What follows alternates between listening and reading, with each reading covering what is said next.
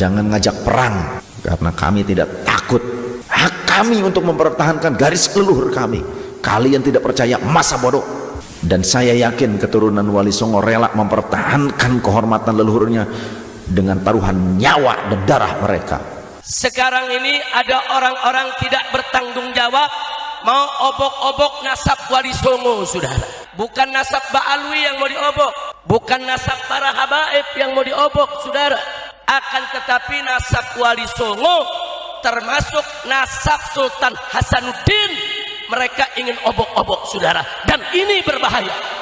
Para tubagus, para ratu tidak boleh diam.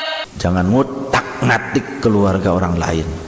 Cukup urusin keluarga sendiri. Kalau bukan keluarganya, jangan sok tahu dengan keluarga orang lain. Fitnah, saudara. Kalau ada yang mengatakan Ba'alwi baru sekarang aja nih ngaku-ngakuin kesultanan, bohong. Ini Ba'alwi nggak ngakuin nasabnya kesultanan, bohong. Wali Songonya habaib. Jadi kalau ada orang yang sekarang ini, yang sekarang ngaku cucunya Wali Songo, itu nggak ada. Sekalipun ada dari pihak ibu, bukan dari pihak abah. Kalau dari pihak ibu terputus. Orang-orang Yaman itu bermigrasi ke Indonesia. Wali Songo sudah ada, keturunannya sudah ada. Jangan dibilang Wali Songo nggak punya keturunan laki-laki. Besar mulut, tapi nanti akan dipermalukan nanti. Cuma keturunannya anak cucunya ini selama rentan waktu 500 tahun mereka tidak mau menjaga itu. Amul Fagi sama, dari Anabisme itu dari Amul Fagi. Ketika sekarang banyak yang mengingkari keberadaan keturunan Wali Songo, wali-wali Nusantara yang terdahulu, kemudian juga mengingkari keberadaan keturunan dari garis laki-lakinya, atau bahkan mengatakan tidak ada keturunannya. Nah, ketika sudah muncul fitnah-fitnah itu, sekaranglah waktunya oleh Allah dibangkitkan, ya, para pejuang-pejuang keturunan Wali Songo dan wali-wali Nusantara terdahulu, bangkit mereka untuk melawan penindasan-penindasan. Ini sama dengan penindasan, hampir sama dengan penjajahan. Dan jangan kebakaran jenggot kalau mereka keturunan Wali Songo dan keturunan wali-wali Nusantara berani melawan. Jangan salahkan siapapun, hak mereka untuk mempertahankan garis leluhur mereka. Itu fitnah yang ingin mengadu domba anak keturunan kesultanan dengan para habaib dari kalangan Ba'alwi, saudara. Maka itu saya mau tanya semua di sini, fitnah semacam ini biarkan atau lawan? Biarkan atau lawan? Takbir. Menggunakan referensinya dari Van der Burg, orientalis Belanda. Jadi akhirnya banyak dibelokkan sejarah itu, yang para wali Nusantara terdahulu yang jalurnya dari Maroko, entah itu yang Al-Hasani ataupun Al-Husaini. Jadi banyak distorsi, termasuk sejarah. Ketika tanggal 17 Agustus Soekarno membacakan teks proklamasi mendeklarasi daripada kemerdekaan Indonesia, beliau di hari Jumat itu, ba'da Jumat beliau fatwakan, sekarang saya fatwakan setiap tanggal 17 Agustus wajib pasang bendera merah putih di rumah-rumah kalian. Siapa yang nyuruh? Itu fatwa Habib Ali bin Abdurrahman Al-Habsyi Kuitang. Bung Karno pulang dari Dalat, dijanjikan kemerdekaan, lalu terjadi sini tarik menarik antara pejuang. Diculik oleh pemuda itu, nggak ketemu Habib siapa, diculik, dibawa ke Rengas Dengklok. Pokoknya merdeka sekarang, kata Bung Karno, ntar dulu. Al-Habib Ali bin Abdurrahman Al-Habsyi Kuitang, beliau yang memfatwakan ketika tanggal 17 Agustus Soekarno membacakan teks proklamasi mendeklarasi daripada kemerdekaan Indonesia, beliau di hari Jumat itu, ba'da Jumat beliau fatwakan, sekarang saya fatwakan setiap tanggal 17 Agustus wajib pasang bendera merah putih di rumah-rumah kalian. Siapa yang nyuruh? Itu fatwa Habib Ali bin Abdurrahman Al-Habsyi Kuitang. Benarkah kemerdekaan 17 Agustus itu perintah Habib Ali Kuitang? Enggak ada itu. Itu justru antara tanggal 15 sampai tanggal 16 terjadi persoalan di antara pemimpin kita. Itu menyebabkan maka pada tanggal 17 Agustus kemerdekaan itu diadakan. Setelah dia ditugaskan oleh negara Belanda, dia dinaikkan pangkatnya menjadi jenderal mayor jenderal tentara Belanda, dan jabatannya adalah ajudan istimewa dari Ratu Wilhelmina, Ratu Belanda. Itu jabatan dia. Kalau saya tidak berlebihan mengingatkan sejarah latar belakang Sultan Hamid II Al-Qadri ini, dia adalah pengkhianat, bukan pejuang, pengkhianat bangsa Indonesia. Dia pada tahun 49 ketika Indonesia berdasarkan KMB menjadi negara Republik Indonesia Serikat. Tahun 50 kan rakyat menginginkan menjadi negara kesatuan. Dia tidak happy, tidak senang. Dia ingin tetap federalis. Dia ingin tetap menjadi sultan di Pontianak. Nah, dia ketika ada petualangan seorang bekas kapten Kenil yang bernama Raymond Westerling, dia berkomplot sama Westerling dan sering ketemu di Hotel De Seine. Dulu waktu saya masih muda, itu hotel namanya De Seine, sekarang Duta Merlin. Itu tempat ketemunya Sultan Hamid berkali-kali sama Kapten Westerling. Polri bisa langsung menangkap narasi menghasut untuk melawan pemerintah yang sah. Kata Yaman datangnya dari setan ini nih. Berteman sama setan jadi setan. Tapi narasinya jelas, itu arahnya yang dimaksud setan itu Prabowo. Pasal 218 ayat 1 Undang-Undang Nomor dipidana dengan pidana penjara paling lama 3 tahun. Enggak, kami enggak mundur, kami enggak takut. Siapapun akan kami lawan. Kurang ajar. Narasi perlawanan kepada seorang presiden gitu. Itu narasi provokatif, akhirnya masuk ke pasal 24 terhadap penguasa umum.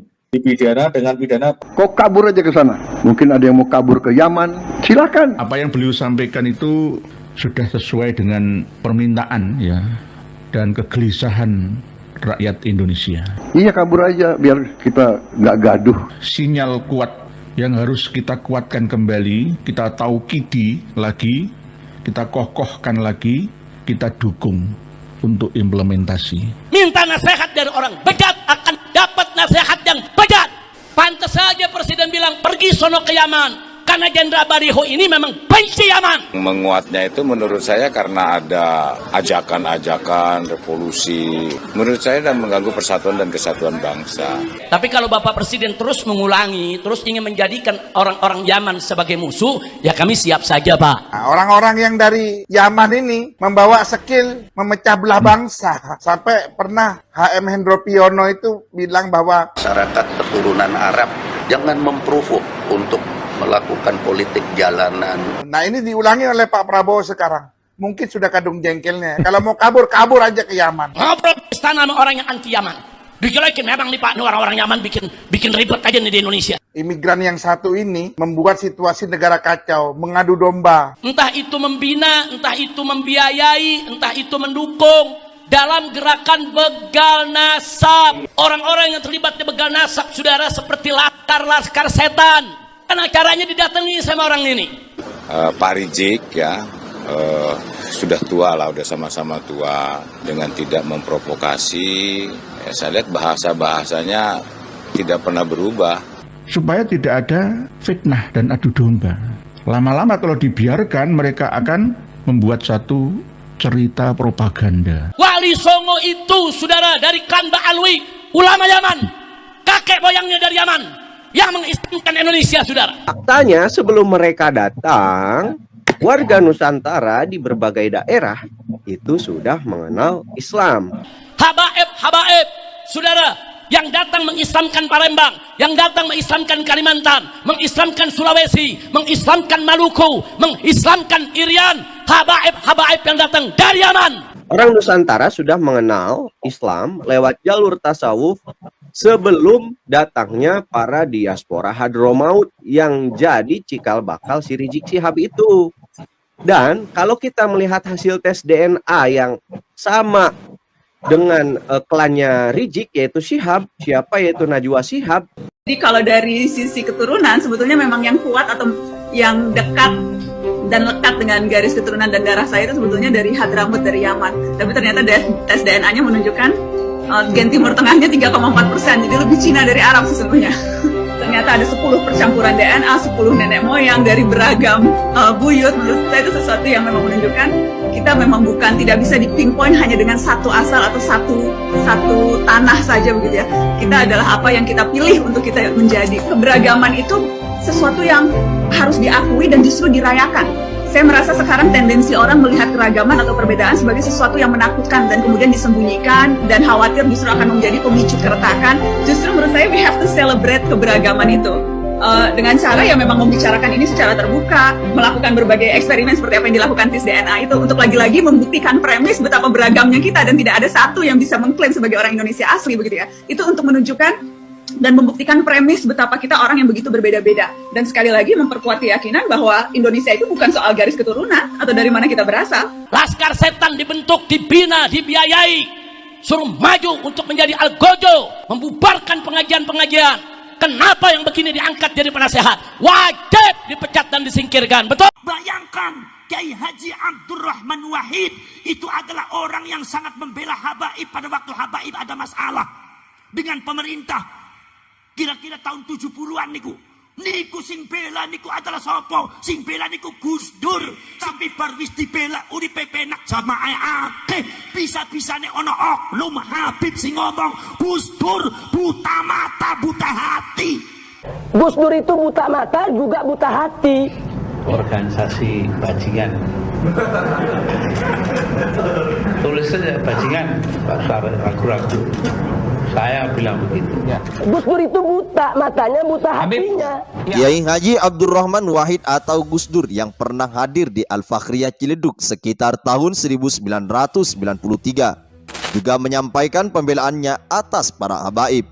Di antara isi pidato beliau, hanya orang bodoh yang mengatakan batu permata dibilang batu koral, dan yang paling bodoh, batu permata kok dihargakan batu kerikil. Mereka para cucu Rasulullah datang ke negeri ini merupakan karunia Tuhan yang terbesar, dan hanya orang-orang yang kufur nikmat kalau tidak mau mensyukurinya. Gus Dur begitu hebatnya membela habaib, tapi dicaci maki oleh oknum-oknum habaib, dihina oleh oknum habaib. Bagaimana mungkin saya sebagai generasi muda NU orang marah, ninyong orang nyewok salah. Sekarang saya tanya, andai kata saya bawa umat 1 juta, 2 juta, 5 juta ke depan Gus Dur, emang dia tahu? Saya bawa tuh umat, Gus, nih umat saya 5 juta, mana? Menurut penuturan Ustadz Anto Jibril, pengurus bagian arsip dan dokumentasi Majelis Taklim Al-Habib Ali Al-Habsyi Kuitang, tercatat Gus Dur 2 kali menyampaikan pidato pembelaannya atas para habaib.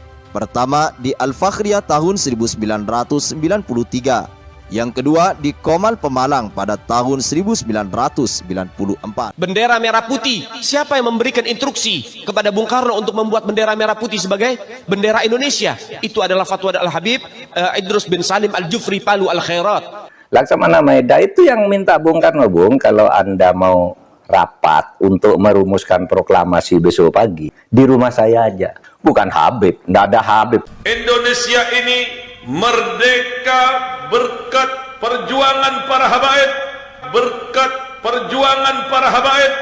Tapi kemerdekaan bangsa ini adalah hasil perjuangan habaib, hasil perjuangan habaib. Indonesia merdeka berkat perjuangan para habaib, berkat perjuangan para habaib. Jadi Anda jangan berpikir, ini habaib di Indonesia jasanya apa? Banyak, itu yang baru kecatat. Rasanya nggak ada tuh Habib-Habib waktu itu. Saya nggak tahu ya Habib siapa ya yang ikut-ikut begitu itu. Berjuang kemerdekaan Indonesia itu. Berjuang kemerdekaan Indonesia itu. Yang namanya terkenal ya. Jepang lebih banyak membantu daripada Habib. Kalau Jepang tuh memfasilitasi kemerdekaan itu sejak awal masuk. Minta agar lawan tuh Belanda karena kita bangsa Asia, bangsa yang sama dengan mereka. Kan itu Jepang. Indonesia ini jadi aman, jadi merdeka, jadi makmur itu karena kenapa? Karena ala tariqatil habaib.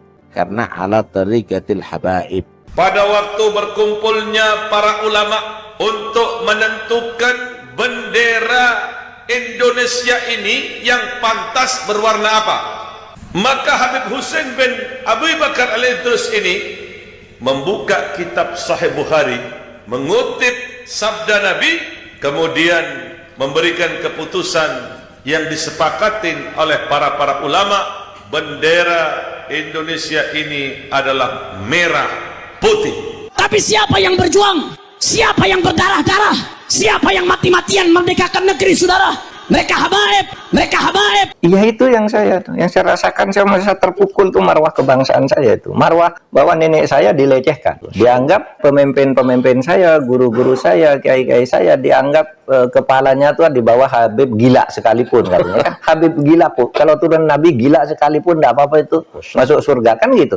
Bahwa seorang Habib yang gila itu lebih utama daripada ulama amilin. Seorang Habib yang gila itu lebih utama daripada ulama amilin. Jangan membuat kasta-kasta di dalam keberagaman, yang satu lebih mulia, yang satu berhak masuk surga, yang satu masuk neraka, itu tidak boleh. Dalam keberagaman itu sama di depan Allah. Takwanya aja. Kenapa kaki Habib yang nakal? Kenapa kaki Habib yang narkoba, yang maksiat, yang nakal, yang kotor dibandingkan kepala kiai yang pakai sorban masih lebih mulia? Kenapa kaki Habib yang maksiat tersebut? Yang tidak percaya kepada habaib, ya kafir hukum. Yang tidak percaya kepada habaib, ya kafir hukum. Wah, itu doktrin itu. Ya sudah, terserah. Saya ngajak yang baik. Ente mau katakan doktrin atau apa? Oh, nanti kamu akan menjadi budak-budak, jongos-jongos. Nah, yang khurafat-khurafat itu menurut saya harus diakhiri. Karena menimbulkan fitnah kan. Fitnahnya apa? Misalnya itu mendirikan kuburan-kuburan itu karena si Habib itu yang dirikan kuburan-kuburan itu sebelumnya pernah berfatwa bahwa Habib itu meskipun sudah mati mendatangkan uang. Habib Lutfi sudah meresmikan tambang duit baru. Makam ini bisa menghasilkan duit bagi kaum Ba'alawi. Sadarlah wahai kaum pribumi, kalian sedang dijajah ideologinya.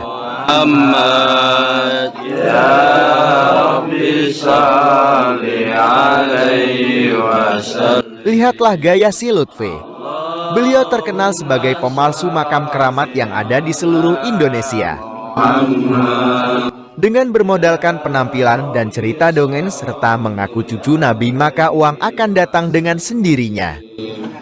Allahumma sholli ala Muhammad ya Rabbi sholli alaihi wasallam.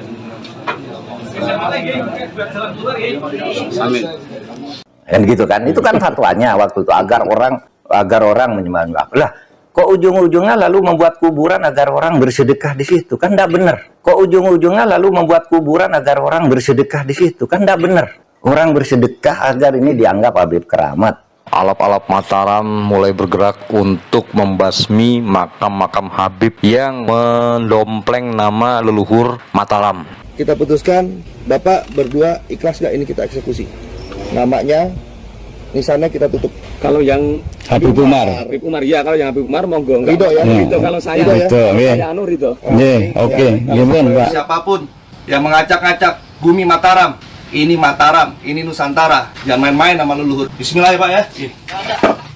Habib Umar bin siapa nggak ada. Kalau mereka mengatakan sejarah lalu tidak ada tindak pidananya, tetapi kalau sengaja memalsukan sejarah itu namanya berita bohong.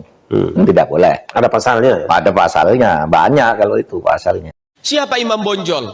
Semua pasti bilang pahlawan. Sekarang siapa namanya Imam Bonjol? Al-Habib Muhammad Syahabuddin. Beliau habaib dari kalangan bin Syahab. Imam Bonjol itu bin Syahab. Masih daripada kakeknya Habib Rizik, saudara sekalian. Itu keluarga daripada Nabiuna Muhammad, keturunan Sayyiduna Muhammad.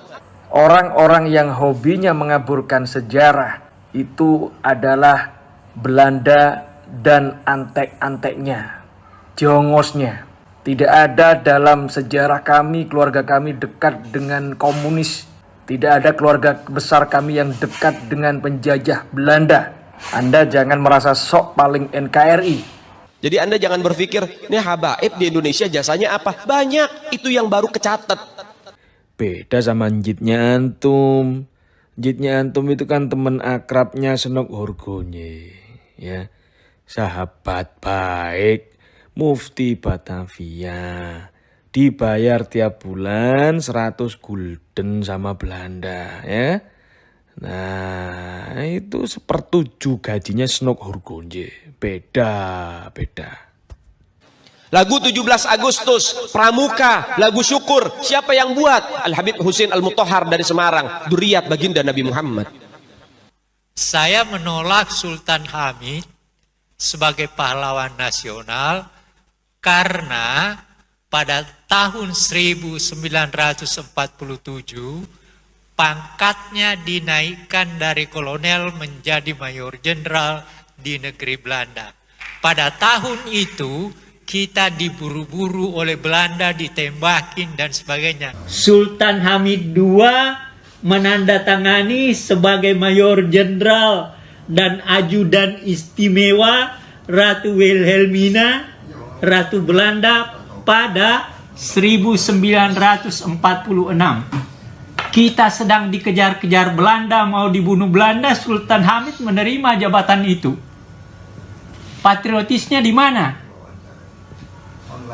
Dan dia pernah dihukum 10 tahun.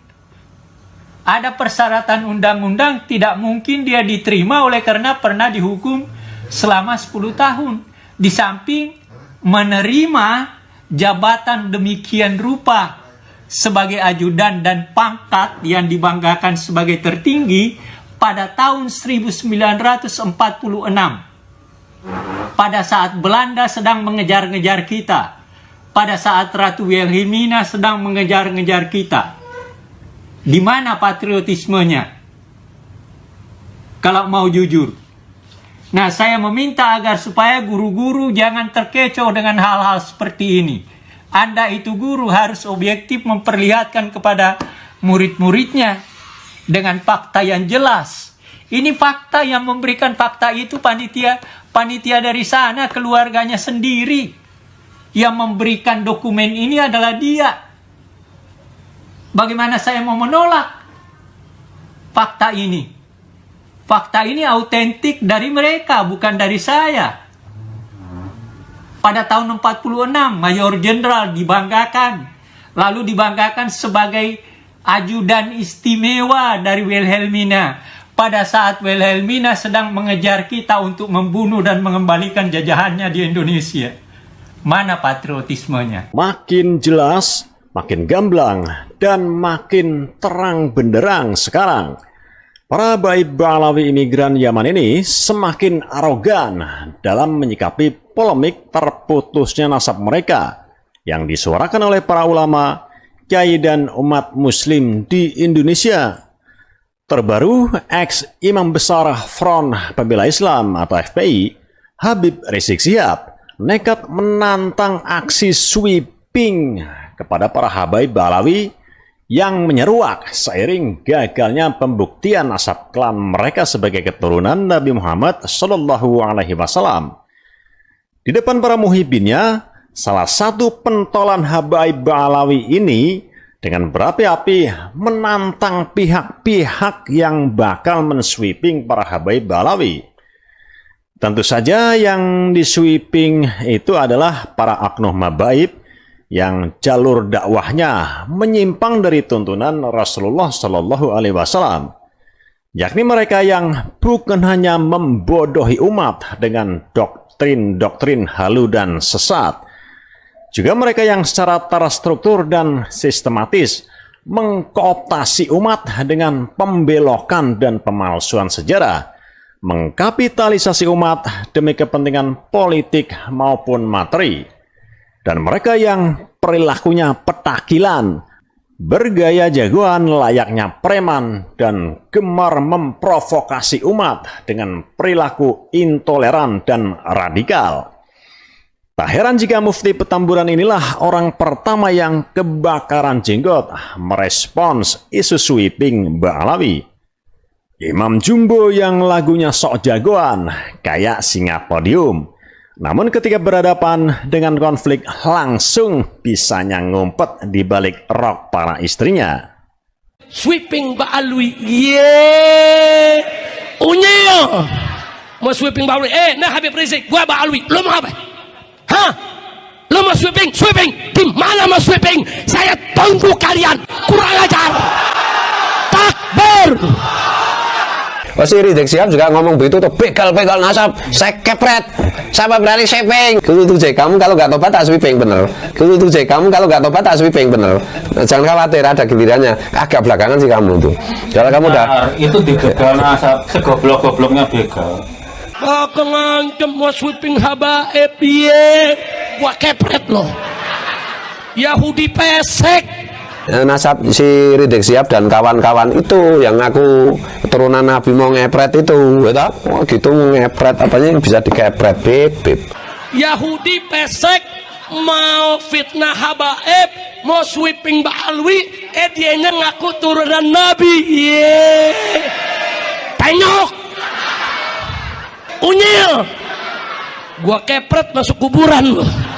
Kejam sekali ya para Habib itu menipu orang-orang yang literasinya rendah di antara putra-putri bangsa Nusantara untuk dijadikan mukibulnya dan dijadikan bempernya, termasuk 6 orang yang meninggal itu gara-gara ngurusi si Rizik Syihab. Riziknya Syihab sendiri itu sembunyi. Nanti kalau ada perang, ada geger macam-macam, saya jamin Rizik Syihab pasti sembunyi di rok istrinya itu.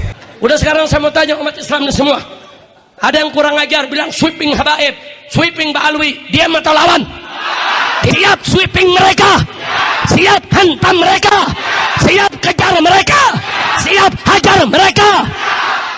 Makanya beneran sekarang udah nggak usah ribut-ribut, cek nanti kamu melanggar hukum lagi. Udah, kamu kan punya istri baru, dinikmati aja lah, nggak usah macam-macam dan ngaku kamu bukan keturunan Nabi. Dah. Aku bilang kita akan bikin pasukan berani mati buat sweeping habaib. Ye, lo bikin pasukan berani mati, gua bikin pasukan berani matiin.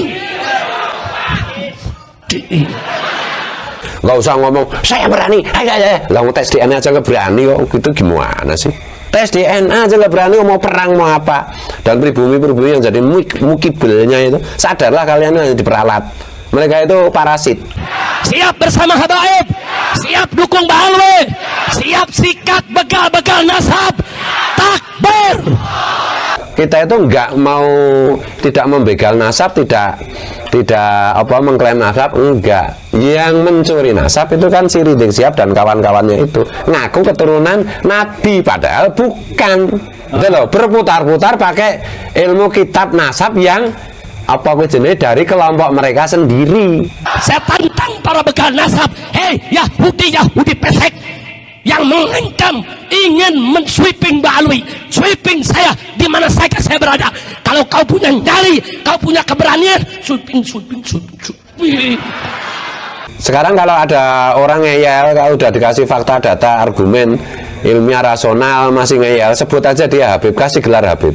Oh iya. Iya. Orang yang tetanggamu udah salah ngeyelan, panggil aja. Ngeyelan, tukang nipu, tukang eksploitasi, marah megalomania terhadap rasnya sendiri, kelompoknya sendiri, panggil Habib saja itu. Karena Habib memang identik dengan itu ya. Itu yang ngadu-ngadu domba, yang ngancem sweeping habaib, saudara, itu PKI gaya baru. Bukan, mereka bukan Ahlus Sunnah, bukan. Keislaman mereka juga kita pertanyakan, bukan saudara. Mereka pengadu domba umat, yang mereka lakukan adalah saudara politik PKI. Rizik gitu ya, Dari penjara. Bebas dari penjara kok seperti Dajjal yang dilepas dari ininya, talinya itu. Demi Allah, saya akan hadapi mereka, sejengkal pun tidak akan mundur. Di mana saja kalian mau sweeping, saya akan hadapi mereka. Takbir, takbir. Ya sudah, sekarang tinggalkan ilmu kitab nasab, kita pakai ilmu DNA, ya, genealogi. Kalau dibilang ilmu genealogi tidak bisa menetapkan nasab, iya, tapi jenenge NU sudah memutuskan bahwa hasil tes DNA itu bisa membatalkan nasab. Nasab Rizik Syihab dan kawan-kawan itu haplus grupnya itu nggak mungkin keturunan Rasulullah. Arab aja kagak. Siap sikat Yahudi pesek, siap sikat yang mau sweeping habaib, takbir, kejar hajar mereka, jangan pada takut saudara.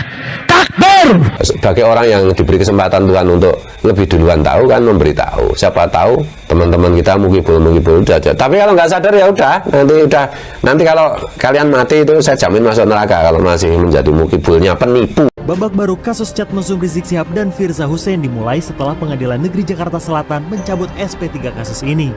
Berikut rekam jejak dan fakta dalam kasus yang sempat heboh dengan julukan Balada Cinta Rizik ini. Kasus ini berawal dari sebuah situs beralamat www.baladacintarizik.com pada awal 2017. Situs tersebut memuat konten gambar percakapan tak senonoh dalam aplikasi WhatsApp antara seorang pria yang disebut sebagai Rizik Syihab dan perempuan yang disebut-sebut Firza Hussein. Pelapor Jeffrey Azhar melampirkan bukti printout percakapan mereka. Tadi malam itu saya habis gempur Habib, bombardir. Oh, saya bilang Habib sudah keterlaluan batas ya. Saya bilang kuda kelewatan. Saya cukup sabar ya. Jangan coba-coba mainin saya bilang. Ya, saya sudah punya firasat tidak enak. Saya bilang Habib tidak jelas. Oh, dia kaget kan. Loh, Firza berarti bohong. Firza tidak hapus chat. Oh, tidak, saya hapus sih. Saya tidak mau sakit sendiri kayak gitu. Ada dia janji mau nikah, dia janji mau nikah, dia janji ada semua, Kak. Saya kirim ke dia. Stres dia Kak Emma. Tolong Firza, tolong. Sudah, saya tidak mau lagi berjuang. Dia bilang saya suruh orang lain aja mimpin.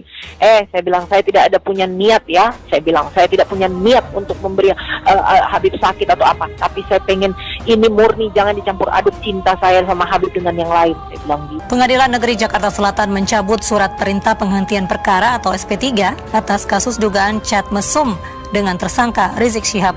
Atas putusan itu, Polda Metro Jaya diminta kembali menyelidiki kasus tersebut.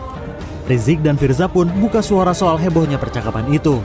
Firza Husein melalui keluarganya membantah, begitupun Rizik Syihab. Baik, tentang beredarnya ada rekaman fitnah yang mengatasnamakan Firza Husein, juga saya, sekali lagi saya katakan, itu semua adalah fitnah. Dan kita tahu alhamdulillah kemarin bahwa Firza Husein juga sudah menyampaikan bantahan melalui juru bicaranya, yaitu kalau nggak salah bernama Yakob Arupalaka, yang mana Firza Husein menolak bahwa rekaman suara ataupun foto ataupun chat yang ada sama sekali beliau tidak bertanggung jawab dan tidak tahu menahu, bahkan beliau marah dan akan melakukan penuntutan terhadap yang melakukan rekayasa tersebut. Pertengahan Mei 2017, Firza Husein ditetapkan sebagai tersangka, sementara Rizik Syihab berstatus tersangka pada 29 Mei 2017. Saat itu Rizik Syihab belum bisa diperiksa karena sudah terbang ke Arab Saudi dan Polda Metro menerbitkan DPO. Selama imam besar FPI itu di Arab Saudi, pengacara Rizik Sugito Atmoparwiro mengatakan kliennya akan pulang ke Indonesia, namun Rizik meminta rekonsiliasi dengan pemerintah. Kalau Nabi tidak melakukan itu, kenapa kita melakukan itu? Siapa yang kita mau contoh? Kan katanya laqad kana lakum fi rasulillahi uswatun hasanah. Oh, tapi kan sekarang ada kezaliman. Anda pikir dulu tidak ada orang zalim? Ada juga. Makanya amar ma'ruf nahi mungkar, Rasul itu juga terus, tapi dengan cara yang baik. Anaknya wali, ente anaknya ulama, ente mengkhianati Habib Rizik, bakal anak Habib. Apa kata Rasul? Maka narifku fi syai'in illa zanahu. Tidak akan kelembutan itu pada sesuatu yang baik kecuali semakin mengindahkannya. Wa makanat syiddatu fi syai'in illa syanatu. Dan tidaklah kekasaran pada sesuatu kecuali mencacatkan yang baik itu. Kemana ente orang? Ente kalian semua yang undang Habib Rizik, beliau di Mekah, lagi enak. Kalian yang undang beliau datang ke tanah air, kalian ketika beliau di penjara, kemana kalian? Di masa sebelum Pak Jokowi, Habib Rizik tidak hanya ditersangkakan, bahkan beliau dipenjara dan menghabiskan waktu hukuman di penjara sampai beliau bebas. Kenapa pada waktu itu tidak ada yang mengatakan kriminalisasi ulama? Apakah masih tidur seperti Ashabul Kahfi dan baru sekarang bangun? Ini pertanyaan sederhana. Ketika beliau di penjara, kalian melempem, kalian jadi lembut, kalian jadi belok kepada orang-orang yang zalim. Kemana Anda dulu ketika beliau di penjara? Kenapa Anda tidak mengatakan bahwa pemerintahan sebelum Pak Jokowi kriminalisasi ulama? Tidak ada yang ngomong begitu. Padahal yang dialami dan yang diderita oleh Habib Rizik Syihab itu jauh lebih berat dari sekarang. Ente orang, para habaib, para kiai, para ulama, siapapun ente, mau ente anaknya wali, mau ente anaknya ulama, ente mengkhianati Habib Rizik, bakal anak Habib. Rizik Syihab divonis 4 tahun penjara terkait kasus tes swab Rumah Sakit Umi Bogor. Sidang vonis digelar di Pengadilan Negeri Jakarta Timur. Dalam kasus ini, Rizik Syihab divonis 4 tahun penjara. Rizik diyakini hakim menyebarkan berita bohong terkait hasil tes swab dalam kasus RS Umi hingga menimbulkan keonaran. Ternyata bohong. Satu persatu ketahuan bohong. Inna lillahi wa inna ilaihi raji'un. Telah terbukti secara sah dan meyakinkan bersalah melakukan tindak pidana turut serta melakukan perbuatan dengan menyiarkan pemberitahuan bohong dengan sengaja menerbitkan keonaran di kalangan rakyat sebagaimana dalam dakwaan alternatif pertama primer penuntut umum. Jadi jangan kamu mengatakan sesuatu yang kamu tidak tahu, karena sungguhnya telinga, mata, dan akal budi itu semua akan ditanya. Yuk kita sama-sama istighfar, karena kita ini manusia yang punya banyak keterbatasan.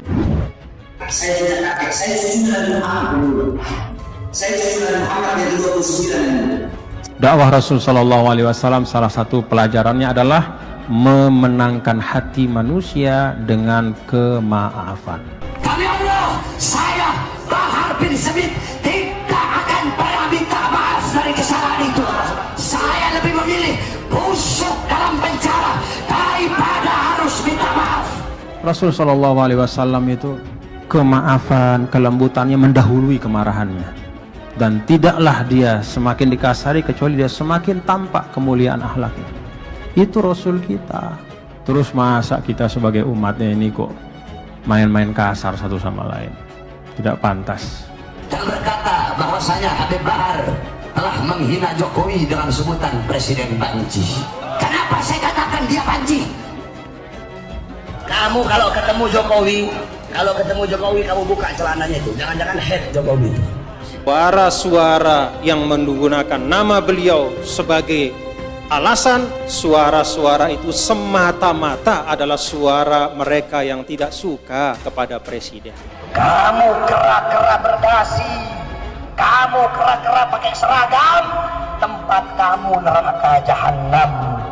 Allah angkat, Allah masukkan neraka jahanam. Jokowi masuk neraka. Bapak Jokowi dan Bapak Kiai Ma'ruf Amin, beliau sungguh-sungguh bekerja. Memang tidak pandai berkata-kata. Dari apa yang saya saksikan, insya Allah beliau seorang muslim yang baik. Dengan arogan, Rizik Syihab menampakkan dirinya tidak takut sama sekali dengan pribumi. Malah sengaja nantang-nantang. Jangan menyesal ya pemerintah, kalau sampai masalah ini tidak ada solusinya dan kebijakan yang tepat. Mestinya pemerintah dari sekarang turun tangan untuk menjelaskan status mereka di Indonesia ini. Karena polemik nasab mereka ini semakin meresahkan umat. Mereka menuduh pihak lain sebagai pengadu domba antara kiai atau ulama dengan para habaib. Padahal gerombolan mereka lah yang sebenarnya mengadu domba sesama pribumi. Tanpa pribumi, para muhibin yang telah diindoktrinasi dengan cuci otak dan kebaikan hati para ulama dan kiai khususnya dari Nahdlatul Ulama, gerombolan ini bukan apa-apa. Tapi lihat perlakuan mereka kepada ulama, kiai, sangat merendahkan dan menghinakan. Tak ada sesama habaib yang saling mengingatkan di antara mereka. Malah pribumi yang diperbudak, diperalat untuk mendukung para habaib Ba'alawi Yaman ini. Cerita usang yang sudah berjalan berabad-abad sejak mereka menjadi antek kompeni Belanda. Akankah ini dibiarkan terus hingga menjadi bom waktu bagi kehidupan bermasyarakat, berbangsa dan bernegara kita? Diketahui pimpinan Pondok Pesantren Rodotul Fatihah Pleret Bantul, Kiai Haji Muhammad Fuad Riyadi atau dikenal dengan panggilan Gus Fuad Pleret, adalah salah satu tokoh ulama yang lantang menyuarakan kebenaran soal terputusnya nasab habaib Ba'alawi ini.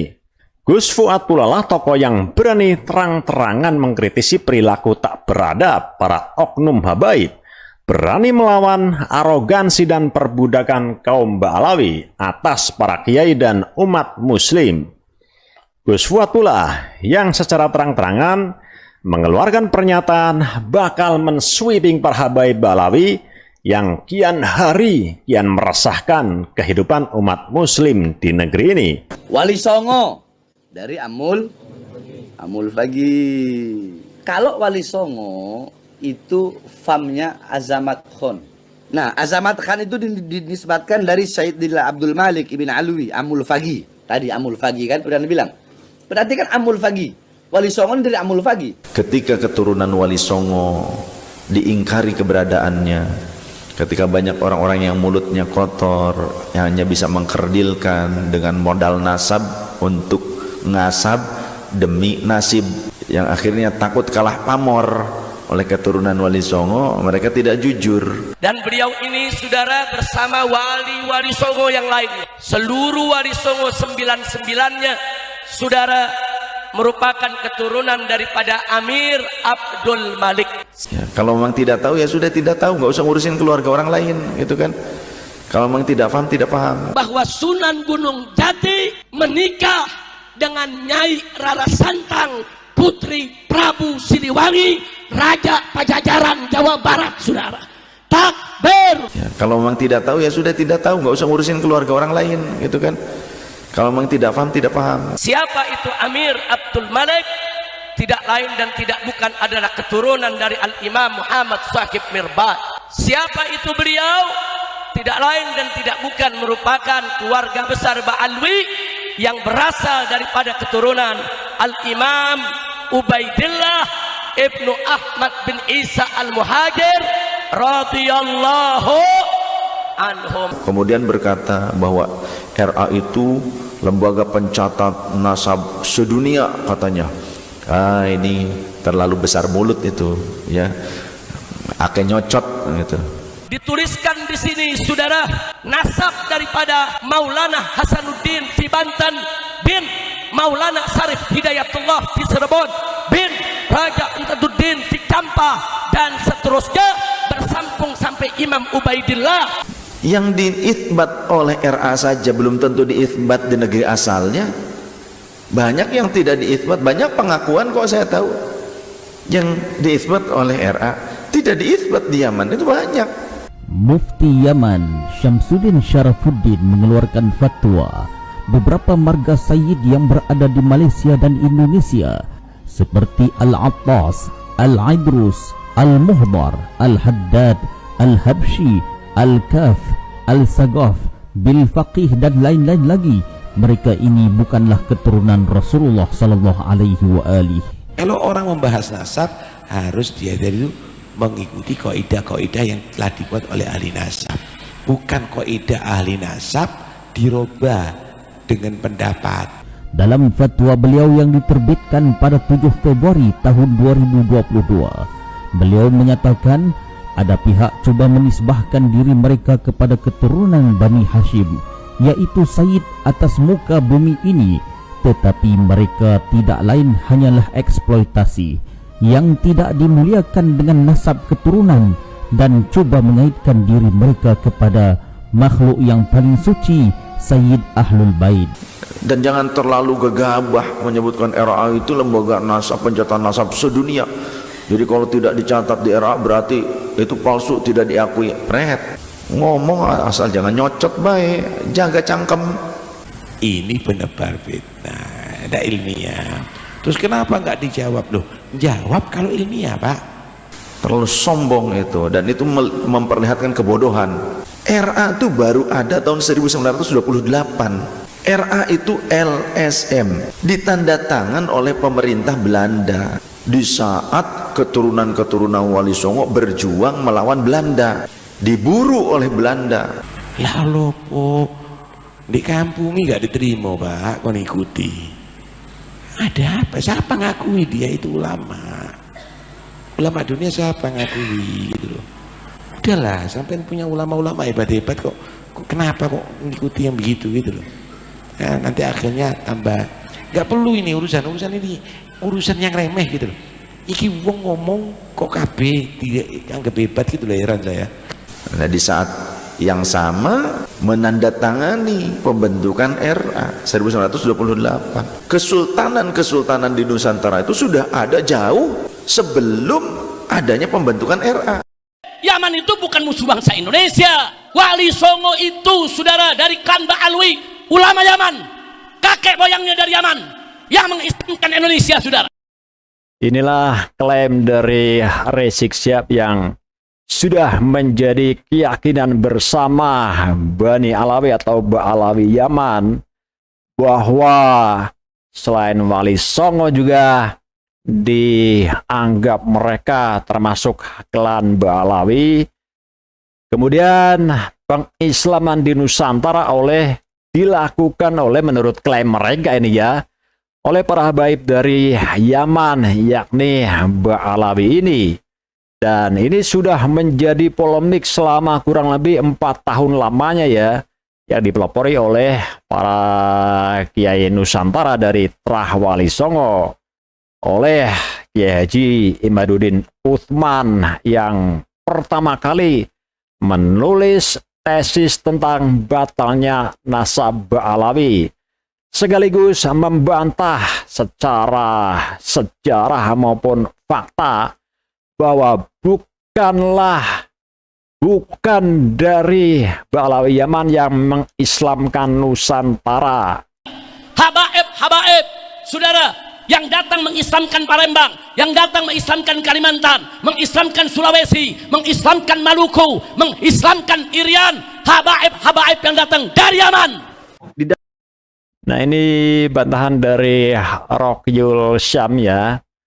Dan sekaligus saya ingin menyampaikan juga bahwa video ini saya ambil dari kanal YouTube-nya Rokyul Syam Official. Sekaligus saya mohon izin ya dari Gus Rokyul Syam, video Anda saya cuplik untuk saya ulas karena ini merupakan hal yang sangat-sangat penting dalam kita menyikapi polemik yang baru memanas beberapa hari ini setelah ada pidato presiden yang menyebut kabur aja ke Yaman, terus disambut dengan penuh emosional oleh Rizik Syihab. Dalam sosiologi agama masyarakat Islam yang paternalistik dan pikirannya magis ini, kalau sudah menjadi, kalau sebetulnya nggak tepat juga menyebutkannya, kalau seseorang itu adalah turunan Nabi, dia seolah-olah menduduki kasta tertinggi dan menjadi aristokrasi agama, aristokrasi Muslim, gitu kira-kira. Nah, dalam konteks kolonialisme abad ke-19 itulah terjadi diaspora orang-orang Hadramaut. Dan faktanya sebelum mereka datang, warga Nusantara di berbagai daerah itu sudah mengenal Islam lewat jalur ajaran Sufisme, yang mana ini Sufisme, orang nanti juga penelitian berikutnya atau bacaan kita, sebagian jalurnya misal lewat Persia ya, atas nama lewat Persia seperti yang ditulis Martin Brunesen tentang Najmuddin Al-Kubro, yang kemudian jadi kontroversial Syekh Jumadil Kubro, kemudian malah dibelokkan sejarahnya ke Ajmat Khan dan seterusnya. Tetapi yang pasti adalah atas nama siapa? Yang jelas ya gitu, bukan yang pasti, yang jelas yang sudah kita pelajari dari banyak kitab itu adalah orang Nusantara sudah mengenal Islam lewat jalur tasawuf sebelum datangnya para diaspora Hadramaut yang jadi cikal bakal si Rizik Syihab itu. Dan kalau kita melihat hasil tes DNA yang sama dengan klannya Rizik, yaitu Syihab, yaitu Najwa Syihab, yang notabene klannya itu justru setelah di tracing kebanyakan dari India. Jangan-jangan justru kecurigaan saya, klan itu ada di dalam konteks asrofisasi. Nah, ini ya tadi para sahabat, bagaimana menurut Rokyul Syam bahwa ini adalah asrofisasi, bahwa klaim-klaim bahwa mereka sebagai keturunan Nabi dan termasuk mengislamkan Nusantara itu adalah mempunyai tujuan agar mereka itu dimuliakan. Dalam bahasa Rokyul Syam adalah aristokrasi. atau dengan kata lain bisa dikatakan dengan neokolonialisme atau penjajahan gaya baru berkedok agama. Inilah yang menjadikan perlawanan dari umat muslim Nusantara, khususnya dari Trah Wali Songo, karena mereka tidak dianggap oleh Ba'alawi ini sebagai keturunan Nabi. Padahal keturunan Nabi Indonesia itu jumlahnya sangat banyak. Justru mereka lah yang akhirnya terbukti secara ilmiah maupun sejarah berdasarkan disertasi atau penelitian dari Kiai Haji Imaduddin Utsman dan didukung oleh para kiai Nusantara bahwa Bani Alawi atau Ba'alawi Yaman itu bukanlah keturunan Nabi Muhammad Sallallahu Alaihi Wasallam. Nah, ini kita simak sebuah pendapat dari netizen yang sangat menarik. Kenapa saya cuplik? Kabur saja Ba'alawi ke Yaman. Nah, pernyataan Prabowo ini memang ya mungkin menyakitkan bagi imigran Ba'alawi. Cita-cita bangsa kita adalah membuat satu istana yang betul-betul itu menjadi karya anak bangsa. Dan itu baru terwujud setelah Presiden Joko Widodo membekukan Front Pembela Islam. FPI. Betul? Betul. Lalu berpuluh-puluh tahun yang namanya Freeport itu kita cuma dapat 2,5% apa 0,5%. Baru bisa kita rebut 52% setelah FPI dibubarkan. Iya. Yang ketiga, Prabowo Subianto, presiden kita tercinta kali ini mencalonkan diri menjadi pimpinan nasional 3 kali didukung oleh Habib Bani Ba'alwi. Semua rontok. Allah nggak ridho. Tetapi ketika Presiden Prabowo waktu 2024 kemarin melepaskan diri dari dukungan dari Habib Bani Ba'alwi ini, terbukti beliau dapat amanah dan duduk sebagai RI 1. Ini sinyal sebetulnya. Ya, sinyal ya para sahabat. Apakah Anda setuju dengan pendapat Bapak ini bahwa Pak Prabowo ketika melepaskan diri dari dukungan para habaib termasuk ya Rizik Syihab ini ya justru berhasil menjadi presiden, padahal sudah 2 kali beliau didukung oleh FPI dan Rizik, dan termasuk para habaib dari Ba'alawi beliau masih gagal menjadi presiden. Sinyal apa yang dimaksud? Bahwa siapapun kita yang melepas diri dari keterikatan Habib Bani Ba'alwi, apalagi mempercayai mereka sebagai cucu Nabi, insya Allah kita dapat keberkahan dan dapat petunjuk dari Allah. Nah, itulah ya kenapa kita, termasuk saya, itu mengapresiasi dan mendukung penuh apa yang dilakukan oleh Kiai Haji Imaduddin Utsman Al-Bantani, Kiai Haji Ahmad Piri Yaksi, atau kita kenal Gus Abbas Buntet, Panglima Laskar Sabilillah PWI Perjuangan Wali Songo Indonesia, yang terus tidak pernah berhenti untuk memperjuangkan kita umat muslim Nusantara agar terbebas dan merdeka dari perbudakan gaya baru Bani Alawi ini. Minta nasihat dari orang bejat akan dapat nasihat yang bejat. Pantas saja presiden bilang pergi sono ke Yaman, karena Jenderal Bariho ini memang benci Yaman. Nah, itulah tadi pernyataan dari Rizik yang sungguh-sungguh keterlaluan. Bagaimana seorang imam besar mengeluarkan kata-kata jenderal, ya, dalam hal ini adalah Jenderal Dudung yang sekarang menjadi kepala staf kepresidenan atau KSP. Dia bilang katanya orang bejat.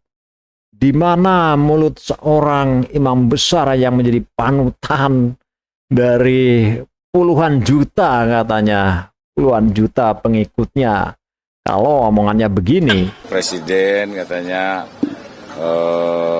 kabur ke Yaman itu karena di belakangnya ada Jenderal Baliho itu kan. Ya, kalau menurut saya, antara saya dengan Habib Rizik sudah nggak ada masalah sebetulnya. Ya, sebetulnya dulu waktu saya menurunkan baliho juga kan. Itu paling dendam lama Pak Jenderal ya, ini Rizik Syihab dengan Anda. Karena FPI itu kan waktu itu organisasi memang sudah dibekukan di tahun 2019. Iya. Kita juga sudah punya bukti-bukti, indikasi kuat kalau orang ini juga terlibat, entah itu membina, entah itu membiayai, entah itu mendukung dalam gerakan begal nasab. Ini sudah pernah kita ulas di video lalu ya, bahwa Jenderal Dudung Abdurrahman ini dijadikan penasehat atau sesepuh di perjuangan Wali Songo Indonesia, Laskar Sabilillah. Waktu itu beliau datang ketika ada seminar ya. Orang-orang yang terlibat di begal nasab, saudara, seperti laskar setan, kan acaranya didatangi sama orang ini. Itu dia menyebut yang dimaksud Laskar Setan itu ya PWI LS, Perjuangan Wali Songo Indonesia, Laskar Sabilillah, tapi dia menyebut sebagai Laskar Setan. Babak baru kasus chat mesum Rizik Syihab dan Firza Hussein dimulai setelah Pengadilan Negeri Jakarta Selatan mencabut SP3 kasus ini. Berikut rekam jejak dan fakta dalam kasus yang sempat heboh dengan julukan Balada Cinta Rizik ini. Kasus ini berawal dari sebuah situs beralamat www.baladacintarizik.com pada awal 2017.